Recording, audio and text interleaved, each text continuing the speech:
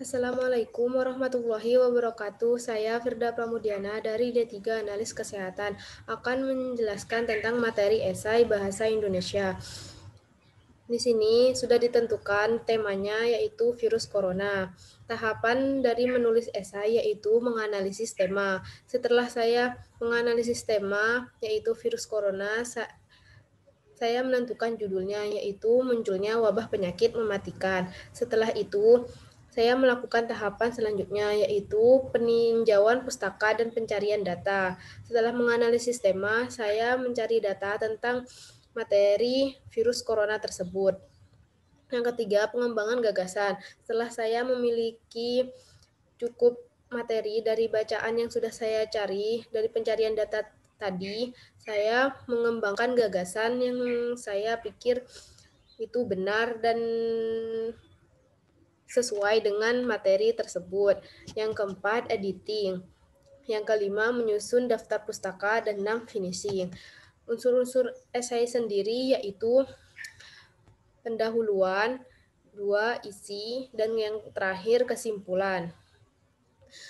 Berikut contohnya, munculnya wabah penyakit mematikan. Di sini saya menjadikan paragraf 1 dan 2 sebagai pendahuluan. Berikut bacaannya. Dalam kehidupan di dunia ini banyak aktivitas yang terjadi. Hampir seluruh manusia melakukan aktivitas dalam kehidupan sehari-harinya. Tidak hanya manusia yang beraktivitas, tetapi alam dan seisinya pun juga beraktivitas, baik disadari manusia atau tidak. Begitu juga dengan virus. Walaupun tidak terlihat langsung oleh mata, virus setiap harinya beraktivitas dengan berkembang biak setiap detiknya dan mengganggu aktivitas kehidupan. Hal ini harus diwaspadai karena secara tidak sadar manusia bisa tertular dan menularkan sehingga menyebabkan sebuah penyakit atau wabah. Wabah merupakan penyakit yang timbul sebagai kasus baru pada populasi tertentu manusia dalam suatu periode tertentu dengan laju yang sangat cepat dan penyebarannya pada daerah yang luas dan menginfeksi banyak orang, atau dapat diartikan terjangkitnya suatu penyakit menular dalam masyarakat yang jumlah penderitanya meningkat secara nyata melebihi keadaan yang lazim pada waktu dan daerah. Nah, di sini sudah menunjukkan pendahuluan karena merujuk pada suatu masalah, yaitu suatu virus yang bisa berakibat fatal. Di sini saya juga menjadikan paragraf ke-3, 4, dan seterusnya sebagai isi.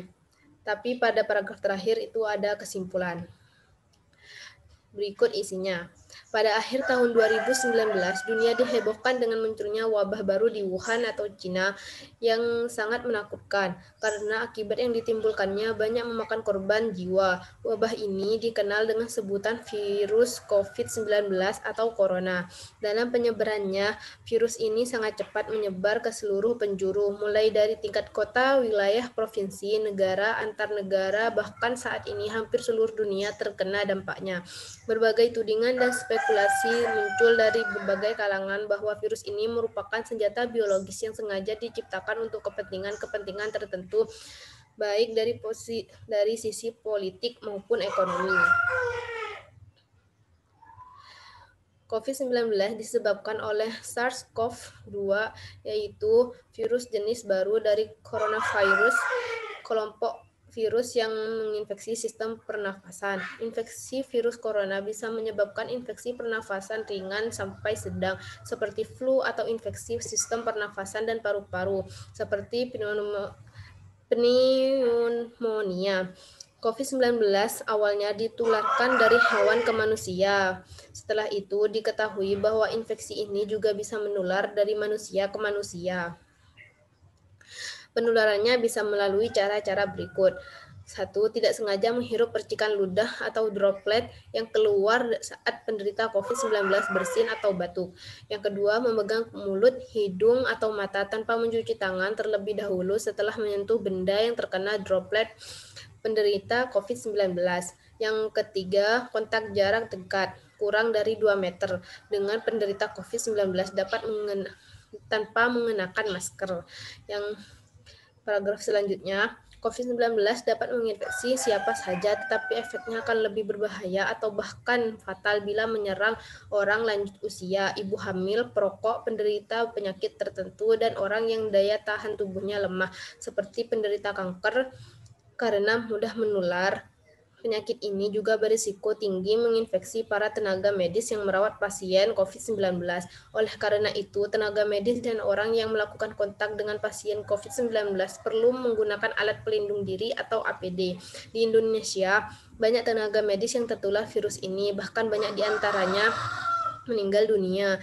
Bukan hanya puluhan orang, tetapi ratusan tenaga medis sudah jatuh berguguran karena terkena dampak dari virus ini, dari wabah ini.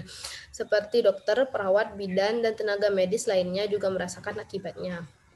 Sebagai tenaga medis yang profesional dan memiliki rasa tanggung jawab yang besar, tentu hal ini merupakan tantangan yang sangat besar. Karena dalam hal ini, mereka mempertaruhkan nyawa mereka demi menyelamatkan nyawa orang lain. Mereka juga merelakan waktu mereka untuk menangani pasien. Tidak ada waktu untuk keluarga karena adanya pembatasan jarak dan terindikasinya bahwa tenaga medis sangat rentan terpapar virus COVID-19. Pengobatan virus COVID-19, belum ada obat yang benar-benar efektif untuk mengatasi infeksi virus COVID-19. Pilihan pengobatan akan disesuaikan dengan kondisi pasien dan tingkat keparahannya. Beberapa pasien dengan gejala ringan atau tanpa gejala akan disarankan untuk melakukan protokol isolasi mandiri di rumah sambil tetap melakukan langkah pencegahan penyebaran infeksi virus corona.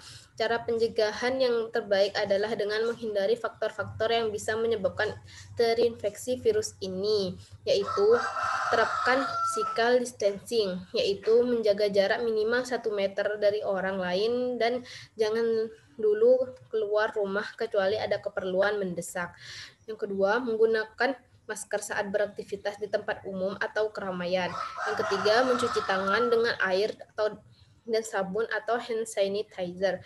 Yang keempat, tingkatkan daya tahan tubuh dengan pola hidup sehat seperti mengonsumsi berbagai makanan bergizi, berolahraga secara rutin, beristirahat yang cukup, dan mencegah stres. Hindari kontak dengan penderita COVID-19, orang yang dicurigai positif terinfeksi virus corona, atau orang yang sedang sakit demam, batuk, atau pilek. Nah, di sini sudah menjelaskan tentang virus corona sendiri.